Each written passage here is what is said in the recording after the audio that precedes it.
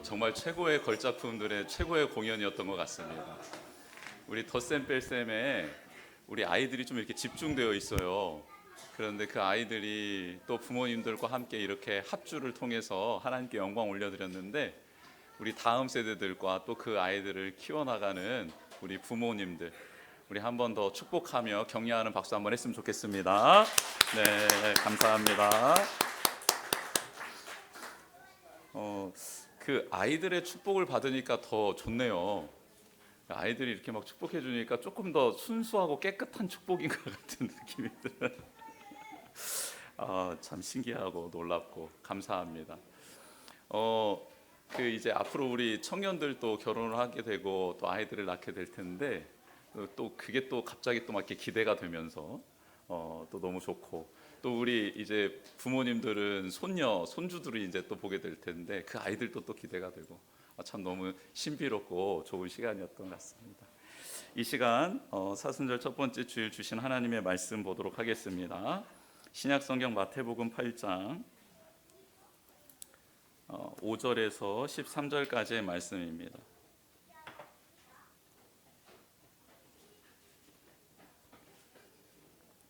신약성경 11면에 있는 마태복음 8장 5절에서 13절까지의 말씀, 우리 같이 한 목소리로 읽겠습니다. 시작. 예수께서 가버나움에 들어가시니 한 백부장이 나와 간구하여 이르되, 주여, 내 하인이 중풍병으로 집에 누워 몹시 괴로워하나이다. 이르시되, 내가 가서 고쳐주리라. 백부장이 대답하여 이르되, 주여, 내 집에 들어오심을 나는 감당하지 못하겠사오니 다만 말씀으로만 하옵소서. 그러면 내 하인이 낫겠사옵나이다. 나도 남의 수하에 있는 사람이요 내 아래에도 군사가 있으니 이더러 가라 하면 가고 저더러 오라 하면 오고 내 종더러 이것을 하라 하면 하나이다. 예수께서 들으시고 놀랍게 여겨 따르는 자들에게 이르시되, 내가 진실로 너희에게 이르노니 이스라엘 중 아무에게서도 이만한 믿음을 보지 못하였노라. 또 너희에게 이르노니 동서로부터 많은 사람이 이르러 아브라함과 이삭과 야곱과 함께 천국에 앉으려니와 그 나라의 본 자손들은 바깥 어두운 데 쫓겨나 거기서 울며 이를 갈게 되리라. 예수께서 백부장에게 이르시되, 가라, 내 믿은 대로 될지어다 하시니 그 즉시 하인이 나으니라. 아멘. 할렐루야. 네, 우리 옆에 계신 분에게 이렇게 한번 축복할까요? 하나님이 당신을 치유하시고 회복하실 것입니다. 그리고 한 번 더 축복할까요? 하나님 안에서 잘 될 것입니다. 네, 잘 될 겁니다. 그 자리라는 개념이 말씀대로의 자리입니다. 세상적인 자리 아니고 말씀대로의 자리인데, 저는 말씀대로 잘 되는 사람은 세상에서도 정말 하나님의 약속의 말씀대로 빛과 소금의 역할을 감당하게 될 줄 믿습니다. 그리고 죽어가는 영혼을 살리는 생명의 사람이 될 줄 믿어요. 오늘 우리 아이들이 찬양했던 것처럼 하나님이 그 코에 생기를 불어넣어서 우리가 생명이 됐습니다. 우리는 본래 흙이에요. 흙. 아무것도 아닌, 본래 원어적으로 따지면 하나님이 흙으로 사람을 빚으셨어야 했을 때 그 흙은 먼지입니다. 원어적으로 봤을 때는 먼지예요. 먼지에 하나님이 생영, 생기를 불어넣자 생명이 된 거죠. 완전 무에서 유를 창조하시는 겁니다. 그런데 무에서 유를 창조하신 하나님이 지금 주님이 어디 안에 계십니까? 내 안에. 이것을 믿으셔야 돼요. 이것을 믿으시면 삶이 바뀝니다. 생각이 바뀌고요, 말이 바뀌고 능력이 바뀌어요. 그래서 이 천지를 창조하시고 먼지를 생명이 되어 하나님과 교제하게 하신 분, 그분의 영이 지금 내 안에 있다. 그러면 그 영이 내 안에 있어서 내게 생각나게 하시고 고백하게 하시고 간구하게 하시는 것은 신비로운 하나님의 영광 가운데로 들어가는 열쇠, 문이 되는 것이죠. 어제 제가 우리 성도님 한 분과 이렇게 잠깐 통화를 했어요. 통화를 했는데 우리 그 성도님께서 너무너무 정말 복된 나눔을 저한테 해주시는 거예요. 어떤 나눔이냐면 요즘에 계속 하나님께서 기도하라고 하시는데 기도 제목을 어떻게 기도해야 될지를 모르겠다고 목사님이 좀 이렇게 알려주시면 좋겠다고 세상에나 권사님이 저한테 그렇게 말씀을 하시는 거예요. 우리 교회 권사님 한 분밖에 없잖아요. 그런데 그 말을 듣는데요, 제가 너무너무 행복한 거예요. 정말 이제까지 권사님이 저한테 해주셨던 그 어떤 말보다도 정말로 기쁜 거예요. 뭐가 기쁘냐면 권사님 안에 계시는 성령님께서 권사님에게 계속 이제는 기도해야 될 때라는 것을 가르쳐 주시고 말씀해 주시는데, 오래전부터 그걸 묻고 싶었는데 이제서야 묻는다 하시면서, 목사님, 제가 자녀들을 위해서 기도하는 것 말고 자녀들도 스스로 지금 믿음 안에서 잘 성장하고 있는 것 같은데 문제는 본인 같다라는 거예요. 그런데 제가 어떻게 기도하면 좋을지 기도 제목을 좀 알려달라는 거예요. 이야, 정말 여러분, 목사를 행복하게 하는 것은요 이런 겁니다. 이런 거. 그래서 제가 권사님을 위해서 기도하는 것을 가르쳐 드렸어요. 권사님, 제가 권사님이 기도할 때 항상 모세가 떠오릅니다. 그래서 모세가 떠올라서 모세도 노년에 하나님께 부름을 받았고 노년에 하나님과 교제하는 삶을 살고 그렇게 하나님께 부름을 받았는데, 저는 권사님을 위해 기도할 때마다 그렇게 모세의 모습이 생각나요. 그래서 쭉 이야기를 해드렸어요. 그랬더니 권사님이 잘 들으시더라고요. 그리고 난 다음에 기억이 잘 안 되실 수 있잖아요. 그래서 제가 문자로 보내드릴 테니, 권사님 문자로 제가 요약해서 드릴 테니 그것 좀 읽어보시면 좋겠습니다 말씀드렸어요. 너무너무 행복한 거예요. 그래서 제가 권사님께 이렇게 기도하라고 했습니다. 노년에 하나님을 더 사랑하고 말씀을 읽고 기도를 통해 그 하나님과 깊이 있는 교제를 나누는 삶을 살게 해달라고 기도하시고, 모세가 하나님의 부르심을 받는 그날까지 기력이 쇠하지 않고 눈이 흐릿해지지 않았던 것처럼, 여러분, 눈이 흐릿해지지 않았다는 것은 마음이 깨끗한 상황이 유지됐다는 것이에요. 생각이 맑았다는 것이거든요. 그래서 맑은 생각과 기쁜 마음이 가득하게, 그리고 육신도 강건함으로 그렇게 생활할 수 있게 해달라고, 그렇게 영적인 것과 육적인 것을 위해서 기도하라고 그렇게 문자를 보내드렸습니다. 여러분, 기도하고 싶다라는 이 마음은 사람이 줄 수가 없습니다. 제가 또 하나 또 귀한 소식을 들었어요. 이번에 사순절 기간 동안에 사순절 그 묵상집을 같이 읽고 나누기로 결단하신 분들이 많더라고요. 저도 그거 읽어봤는데, 여러분 그거 읽는데 몇 분 걸리던가요? 책이 요만한가요? A4 반절만한가요? 그리고 그게 접혀져 있죠, 이만큼으로 이렇게 반절 아닌가요? 이만한가요?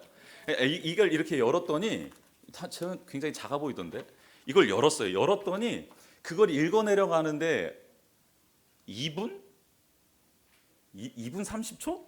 한 그 정도 걸리는 것 같아요. 한 3분 남짓 걸리는 것 같습니다. 그냥 이렇게 쭉 읽어 내려가는데 그 정도도 안 걸리는 것 같은데요. 그리고 곱씹어서 묵상할 말씀이 있고 한번 생각해 볼 말씀이 있잖아요. 근데 이것을 혼자서 읽는 것도 굉장히 좋은데요, 이것을 서로 읽고 나누면서 나가잖아요. 그럼 배가 되고 풍성해집니다. 이게 오병이어의 기적이에요. 혼자만 먹으면은 오병이어인데요, 이것을 나누잖아요. 그러면은 더 풍성해지는 거죠.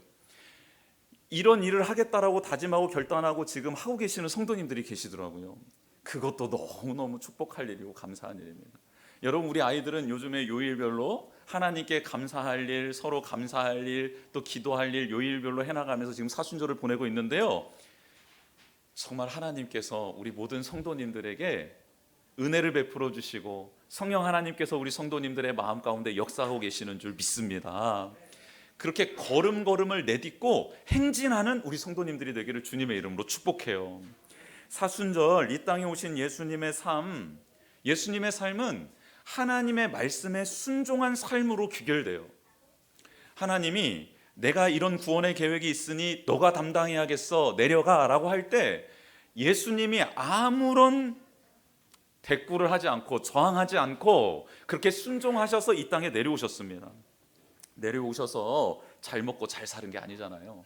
예수님 이 땅에 오셔서 말씀대로 순종하는 그 길이 얼마나 고단하고 힘들었는지 우리는 말씀을 통해 다 알고 있습니다. 그런데 그 길을 선택하신 이유가 있더라는 거예요. 예수님이 하나님의 말씀 앞에 아멘, 제가 그 길을 가겠습니다라고 선택하신 거거든요. 선택한 이유가 왜 그걸 선택하셨나? 죄에 갇힌 우리를 구원해 주시기 위해서 그 길을 선택하신 거예요. 하나님의 나라는 먼 곳에 있는 게 아니라 너희 가운데 있다. 아니, 하나님은 지금 너와 함께하고 있다라는 것을 알려주시기 위하여 이 땅에 오셔서 진리의 말씀을 가르쳐 주셨고, 그리고 귀신을 쫓아주시고 병든 자를 치유해 주시면서 공동체 생활을 할 수 있는 자들, 할 수 없는 자들, 관계가 깨어버린 자들을 관계를 회복시켜 주시고 그들의 일상을 회복시켜 주신 게 바로 예수님이시죠. 무엇보다 마음이 아프고 고통으로 신음하고 있는 자들을 어루만져 주셨습니다. 미래를 향해 나아갈 수 있도록 그에게 힘을 주시고 용기를 북돋아 주셨어요. 하나님의 뜻은 이렇게 예수님을 통해 우리 가운데 이루어진 것이죠. 사랑하는 성도님들, 우리 오늘 오면서 현관에 걸려져 있는 포스터 현수막을 보셨습니까? 어떠셨어요? 그 느낌이 어떠셨어요? 네, 그냥 아무런 느낌이 없으셨군요. 거기에 무슨 글귀가 적혀져 있었습니까? 세상에서 가장 아름다운 선택. 세상에서 가장 아름다운 선택.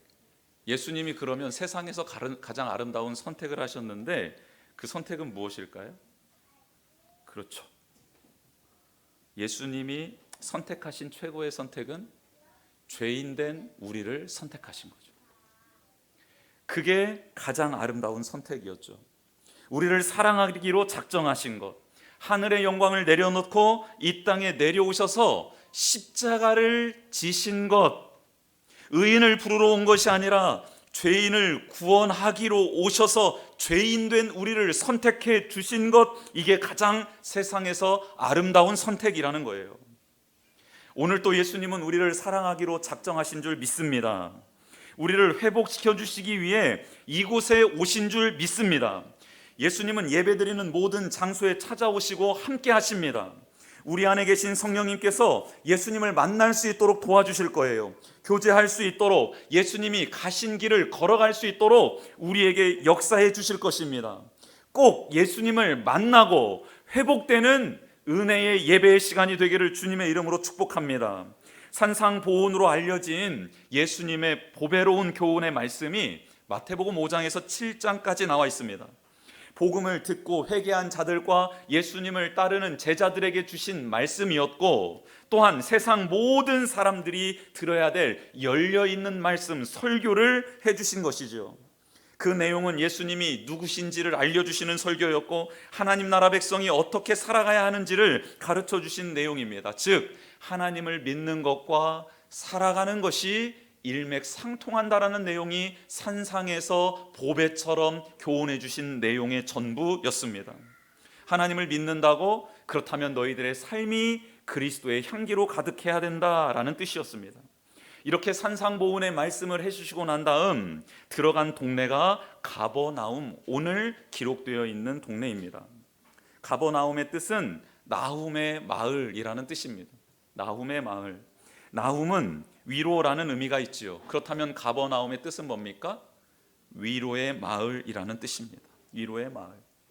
그런데 이 위로의 마을에 로마 군대가 주둔하고 있었습니다. 세관이 있었습니다. 즉 유대인들이 많이 시달리고 있었던 동네가 가버나움이었던 것이죠. 예수님은 이 마을에 위로자로 들어가신 것입니다. 특히 예수님이 갈릴리 북부 지역 세 곳에 중점적인 사역을 하셨는데 고라신과 벳세다 그리고 가버나움입니다.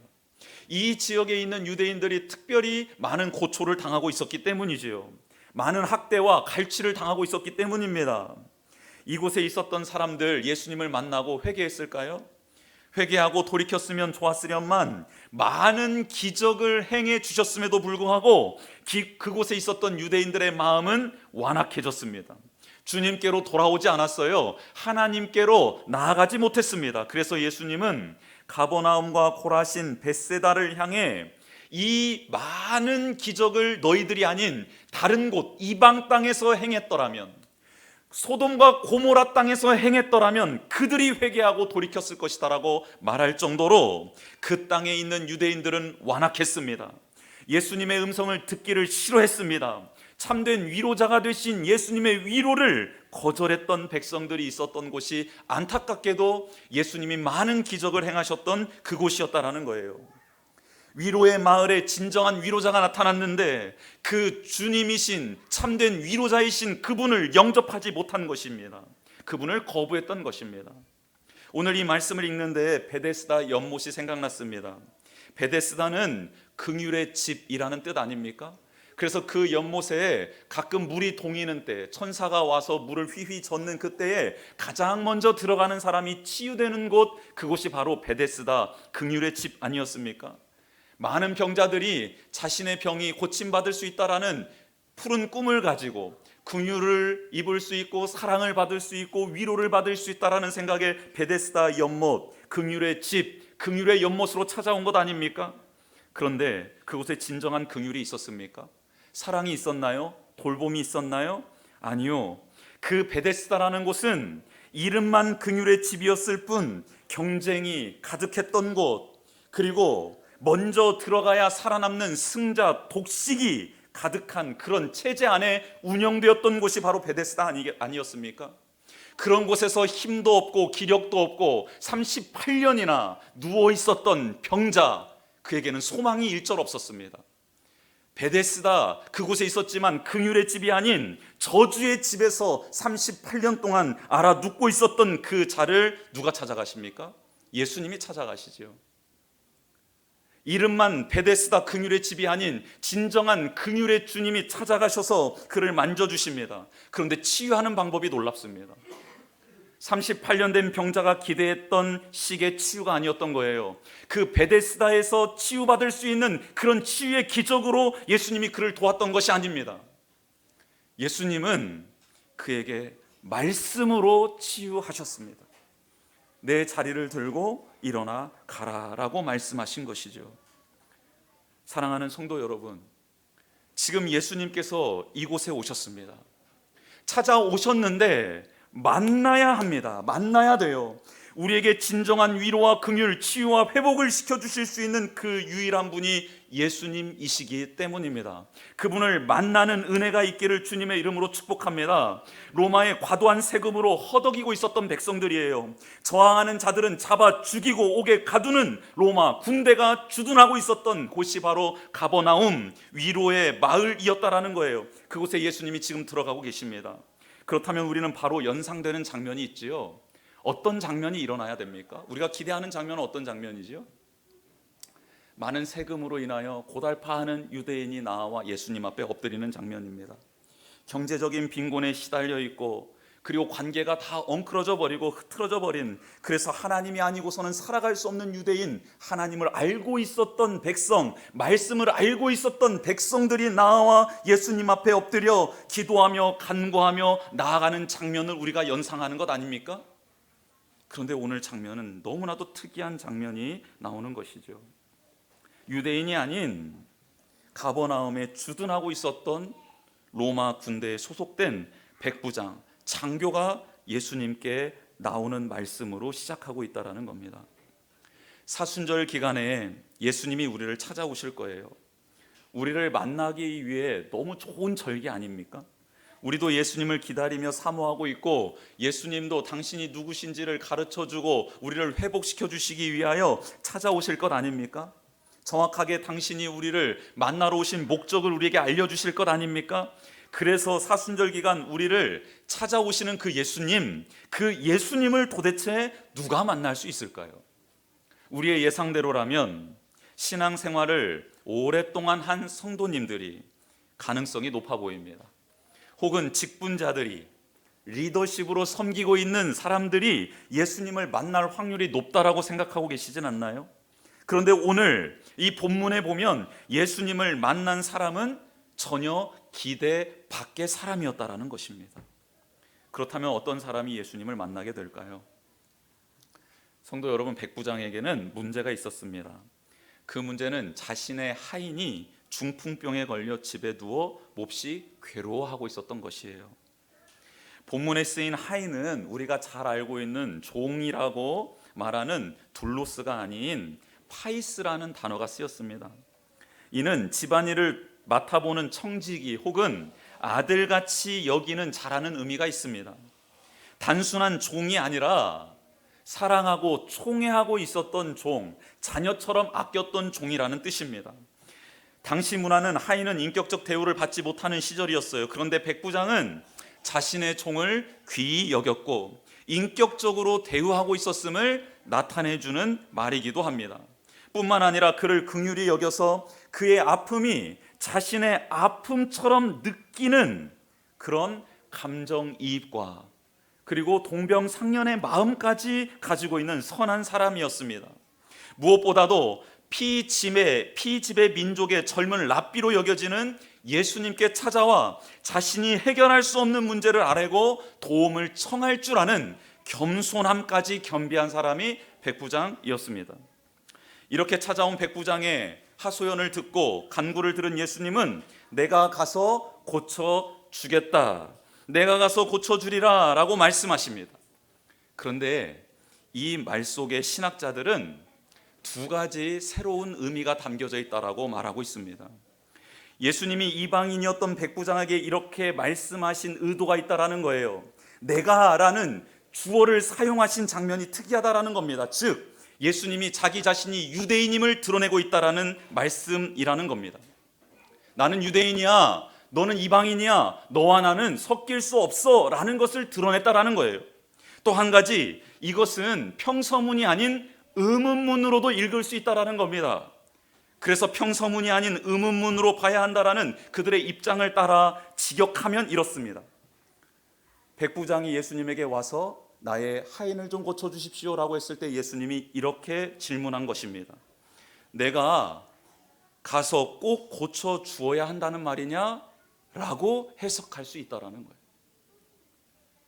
당시 유대인들은 이방인의 집에 들어가서도 안 되고 식사나 어떤 교제도 허용되지 않았습니다. 유대인의 문화를 잘 알고 있었던 백부장은 예수님의 이런 반응에 대해서 어느 정도 예상도 했던 것 같아요. 그래서 자신의 집에 오지 않아도 된다고, 나와 이런 친밀한 관계를 유지하지 않아도 된다고 이어서 말하고 있는 것이죠. 백부장과 예수님의 대화에서 특이한 점은 외형적으로는 백부장이 군사를 가지고 있는 지배민족의 장교이고 예수님은 피지배민족의 한 랍비입니다. 그렇다면 누가 누구에게 잘 보여야 되는 것이죠? 누가 누구에게 굽신거려야 합니까? 예수님이 백부장에게 머리를 조아려야 되는 게 맞는 것이죠. 그런데 그런 모습이 아닙니다. 정반대의 상황이 펼쳐지고 있습니다. 예수님은 네가 나에게 간절히 구하고는 있지만 내가 꼭 가서 고쳐줘야 될 이유가 무엇이냐고 되묻고 있는 것 같습니다. 나는 너와 상관이 없어. 왜 네가 나에게 와서 간구하는지 모르겠다.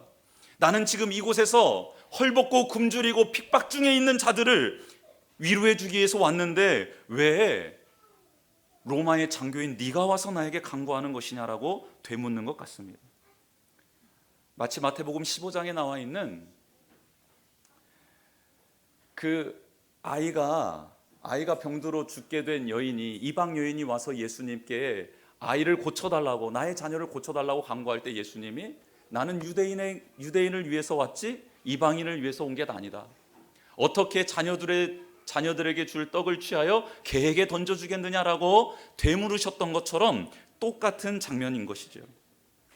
그러자 이 백부장이 말을 합니다. 그 예수님께 말을 합니다.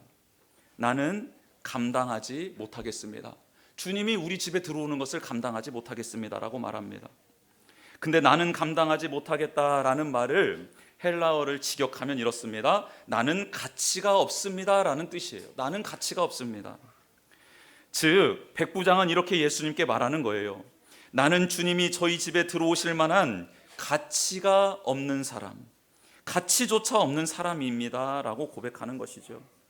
그는 조물주 앞에 선 피조물로서 예수님의 은혜와 은총을 입을 어떤 자격도 없는 존재임을 스스로 고백하고 있는 것입니다. 그러면서 한마디에 간청을 합니다. 다만 말씀만 해주십시오 라고 간청합니다. 여기에서 말씀만은 한 한 말씀이라는 뜻입니다. 한 단어라는 뜻이에요. 즉 말씀 한마디면 됩니다라고 간절히 부탁하고 있는 것입니다. 왜 그는 이렇게 예수님께 말씀 한마디면 가능하다라고 말했을까? 이어서 그가 그렇게 말한 이유를 설명합니다. 자신도 상관을 섬기고 있는 군인이고 자신 밑에는 부하가 있다라는 거예요. 그리고 수하에 있는 군사에게 명령하면 그는 자신의 명령을 따른다라는 거예요. 그러니 예수님도 말씀만 해달라는 겁니다. 그 말 한마디면 족하다고, 그렇게 모든 것이 당신의 말대로 될 줄 믿습니다라고 고백하는 것이죠. 백부장은 권력과 힘을 가진 사람입니다. 군사들을 지휘하고 그들에게 명령을 내려 자신의 뜻을 관철시킬 수 있는 사람이에요. 그런데 그가 가진 권력으로 할 수 없었던 일이 있었던 겁니다. 가장 아끼고 사랑하는 종을 고칠 수 없었던 거예요. 사람의 병을 고칠 수도 없었고 그들의 생명을 연장시키는 것도 불가능했습니다. 그가 가지고 있는 힘과 권력으로는 그 사람의 생명을 주관할 수는 없었던 거예요. 그래서 그런 힘과 권세가 있는 분을 찾아와 부탁하는 것입니다.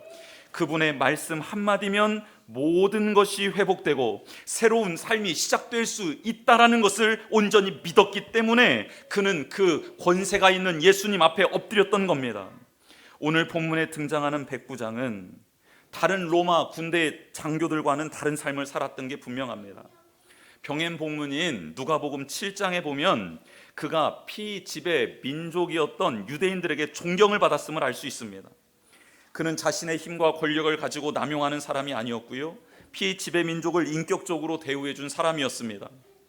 그렇다고 해도 예수님 입장에서는 그의 속마음을 알아봐야 했습니다. 겉으로는 그럴 수 있어요. 진짜 친절한 척, 매너 있는 척, 상대방을 배려하는 척 할 수 있습니다. 그런데 그 진짜 속마음이 궁금했던 거예요. 그래서 예수님은 그의 속내를 단번에 드러낼 수 있는 그의 자존심을 건드린 것입니다. 사랑하는 성도 여러분, 신앙생활을 하다 보면 자존심을 건드릴 때가 있어요. 그렇죠? 그런 시험을 당할 때가 있습니다. 성도들 간의 교제 가운데서나 혹은 어떤 모임 가운데서나 혹은 어떤 사역 중에서 자존심을 건드리는 말을 들을 때가 있습니다. 그때 그 사람의 진면목이 드러나는 거죠. 그래서 예수님이 백부장을 무시하는 말로써 한번 시험을 해본 것입니다. 우리도 겉으로는 정말 하나님을 잘 따르고 믿고 섬기고 있는 것처럼 보일 때가 있습니다. 그래서 우리는 당당하게 혹은 간절하게 하나님 앞에 나와서 우리의 문제를 토로할 때가 있습니다. 그렇죠? 조금은 당당한 모습으로 간구할 때가 있습니다. 그런데 그때 예수님이 내가 왜 그 소원을 들어줘야 하지? 내가 무엇 때문에 너에게 그 소원을 이루어줘야 하느냐라고 되물으신다면 우리는 매우 당황스러울 것 같습니다. 갑자기 서운한 마음도 들 것 같습니다. 예수님 왜 저러시지? 내가 내 입으로 지금까지 해온 일을 다 말해야 되나? 내가 하나님 앞에 헌신했던 것들을 일일이 다 내 입으로 말하라는 뜻인가? 여러분, 별의별 생각이 다 나지 않겠습니까? 예수님 앞에 나와서 간절히 구했는데 예수님께서 내가 왜 그걸 해줘야 되는데? 라고 되물으실 때 말입니다. 그때 우리는 백부장의 자세를 좀 생각해보고 취했으면 좋겠습니다. 저는 예수님의 은혜와 능력을 힘입을 만한 가치 있는 사람은 아닙니다. 주님이 저의 가정에, 직장에, 교회에 오시는 것을 감히 감당할 수 없는 그런 존재입니다. 그러나 주님, 한 말씀만 해주십시오. 한마디의 말씀이라도 족합니다. 그 말씀이면 됩니다. 예수님은 창조주이시고 우리를 사랑하는 분이시고 인자와 자비가 무궁하신 분이시기 때문입니다. 예수님, 제가 할 수 있는 힘과 능력은 여기까지입니다. 제가 할 수 없는 일입니다. 제가 할 수 없는 영역입니다. 이 영역은 오직 예수님만이 해결하실 수 있고 주님의 능력, 그 말씀으로만 가능한데 주님, 한마디, 그 말 한마디면 족합니다. 이렇게 예수님 앞에 자신의 정체성 그리고 예수님의 전능하심을 고백할 수 있는 우리가 되기를 주님의 이름으로 축복합니다. 예수님은 백부장의 마음 중심에 있는 그의 믿음을 보셨습니다. 그것이 그의 입술과 그의 삶으로 고백되어지고 있는 현장을 예수님은 보고 계십니다. 아, 너 생각만 그런 것 아니었구나. 입술만 그런 것 아니었구나. 하는 척한 게 아니었구나. 너의 중심에 있는 나를 정말 신뢰하고 믿는 믿음에서 발현된 이 모든 과정이었구나. 예수님이 인정해 주셨습니다. 즉 앞서 말씀드린 산상수훈의 말씀이 그대로 백부장의 모습 속에서 재현되었던 것입니다. 믿음과 삶이, 그의 생각과 말과 행동이 하나님 안에서 선하게 이루어져 합일되어져 갔던 것입니다. 그렇습니다. 예수님은 혈통으로 아브라함의 자손이 구원을 받아 하나님의 나라에 들어가는 것이 아니다라고 정확하게 말씀해 주십니다. 믿음이 있는 자가 하나님 나라에서 영생을 누리게 된다라고 말씀하시지요. 유대인이라도 예수님을 믿지 않고 예수님이 말씀하신 그 믿음을 선물로 받아 삶으로 행하지 않으면 하나님 나라에 들어가지 못한다라고 정확하게 알려주고 계십니다. 그러나 이방인일지라도 백부장의 믿음을 소유한다면 그는 하나님의 나라에 들어갈 수 있다라고 알려주고 계십니다. 예수님 백부장에게 뭐라 말씀하십니까? 정말 한마디 말씀하십니다. 뭐라고 말씀하시죠? 가라, 가라. 백부장이 그렇게 말했잖아요. 제 수하에 있는 병사들도 가라 하면 가고 오라 하면 옵니다.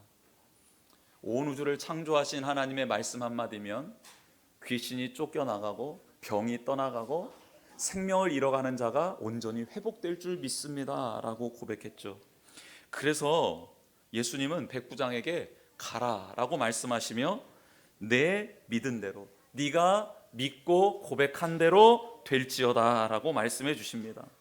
치유에 관련된 말씀이 한마디도 없습니다. 종에 대한 언급도 한마디도 없습니다. 회복에 대한 말씀도 없습니다.